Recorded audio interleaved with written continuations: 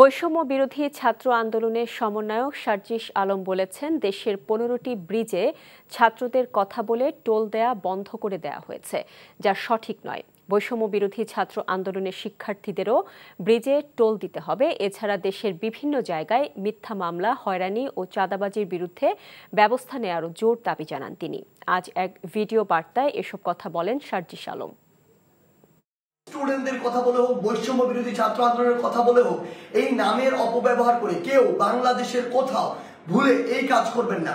প্রত্যেকটি ব্রিজে টোল দিবে, এমনকি বৈষম্য বিরোধী ছাত্র আন্দোলনের ব্যানারে কোনো যদি ত্রাণের ট্রাকও বাংলাদেশের যে কোনো জায়গায় যায়, সেই ট্রাকও টোলের টাকাটি দিয়ে তারপরে যায়। যারা এই মিথ্যা মামলা থেকে শুরু করে চাঁদাবাজি, নির্যাতন, হয়রানি, ঘরবাড়ি ভাঙচুর এরকম কোনো কিছুর সাথে জড়িত, তাদেরকে স্পষ্টভাবে আইনের আওতায় আনা হোক